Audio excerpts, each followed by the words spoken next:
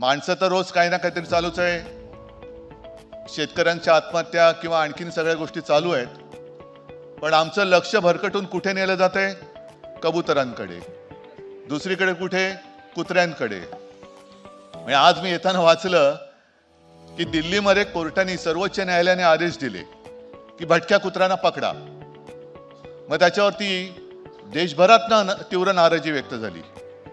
मग मला वाटतं मनेका गांधी म्हणाले की जर का असे कुत्रे पकडले तर दिल्लीमध्ये झाडावरती माकडं आहेत ती खाली येतील.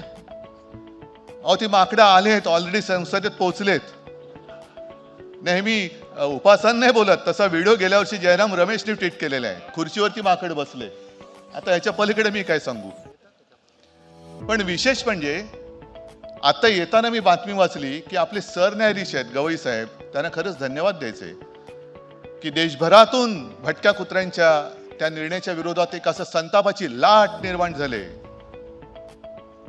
आणि त्यांनी मत व्यक्त केले की जरी यापूर्वी सर्वोच्च न्यायालयाच्या खंडपीठाने याबद्दल निर्णय दिलेला असला तर मी स्वतः त्यात लक्ष घालेन. याला म्हणतात कर्तव्यदक्ष सरन्यायाधीश. त्याच सरन्यायाधीशाने मी हात जोडून विनंती करतोय की आपल्या सर्वोच्च न्यायालयाच्या उंबरठ्यावरती देशातली लोकशाही तडफडते. 3 वर्ष झाली, 4 वर्ष झाली, कधी प्राण सोडेल सांगता येत नाही. 1 झाले, 2 झाले, 3 झाले, आता आपण 4थे बसलेला आहात. त्या लोकशाहीच्या तोंडात जर का वेळेवर न्यायाचं पाणी नाही दिलं तर देशातली लोकशाही मरेल. त्याच्यामुळे खंडपीठ कुठलेही असलं तरी आपण त्यात देखील लक्ष घाला, ही मी हात जोडून विनंती करतो आहे. हात जोडून विनंती करतो. बाकी सगळं ठीक, आनंदात चाललेलं आहे. नोकऱ्या नाही आहेत तरी सगळं चांगलं चाललंय. ट्रम्प तिकडनं दम मानताय तरी सुद्धा सगळं चांगलं चाललेलं आहे. पेहलगामच्या हल्ल्याचं काय झालंय त्याची उत्तर द्यायला सरकारकडे वेळ नाही तरी सगळं चांगलं चाललंय. मतांची चोरी राहुल गांधींनी उघड केली तरी सगळं छान चाललेलं आहे. या सगळ्या छान चाललेल्या वातावरणात आपल्या राज्याची एक जी काही संस्कृती आहे, कारण आपण आता संस्कार संस्कृती हे शब्द इतिहास जमा व्हायला लागलेले. आजचा हा कार्यक्रम ठेवला होता त्याच्यासाठी ठेवलाय. एक नवीन टीम, या कार्यक्रमाची शिफारस मला संजय राऊत यांनी केली. त्याच्यामुळे हा कार्यक्रम आवडला नाही आवडला त्याला जबाबदार संजय राऊत असतील. नाही पण कार्यक्रम चांगला आहे. आपण सुद्धा त्याच्याबद्दल ऐकलं आणि आता मी गोखलेंचं त्यांचा सत्कार केला.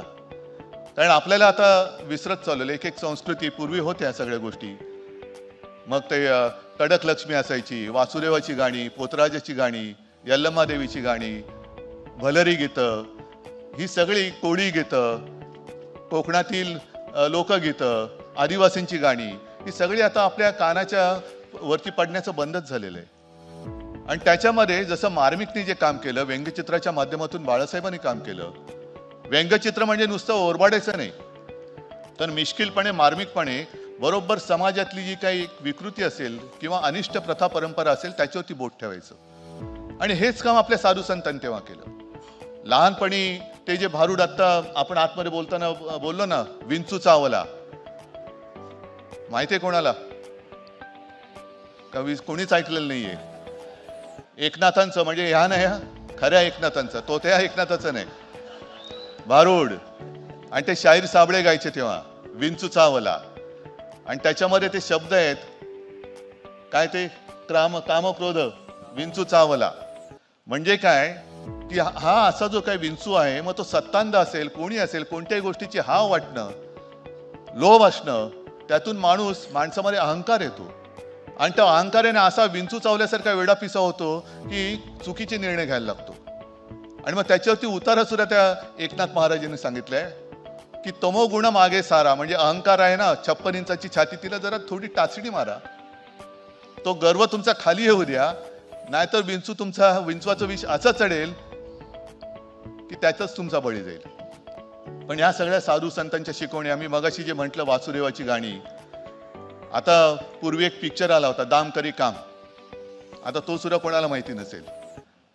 माहिती आहे ना, त्याच्यात एक गाणं होतं, वासुदेवाची ऐका वाणी. याली वासुदेवच दिसत नाही. पूर्वीचे वासुदेव वेगळे होते, नाक्यावरचे उभे राहणारे वासुदेव वेगळे असतात, त्यांची गाणी वेगळी, यांची गाणी वेगळी. पण त्यातला वासुदेव तो जे गाणं म्हणतो, वासुदेवाची ऐका वाणी, जगात नाही राम रे.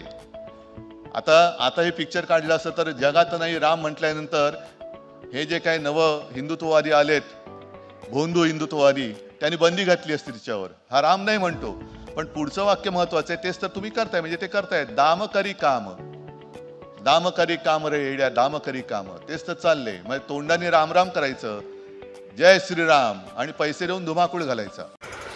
नवीन नवीन घडामोडी पाहण्यासाठी आजच आम्ही मुंबईकर 24 तासला लाईक करा, सबस्क्राईब करा आणि अपडेट राहा.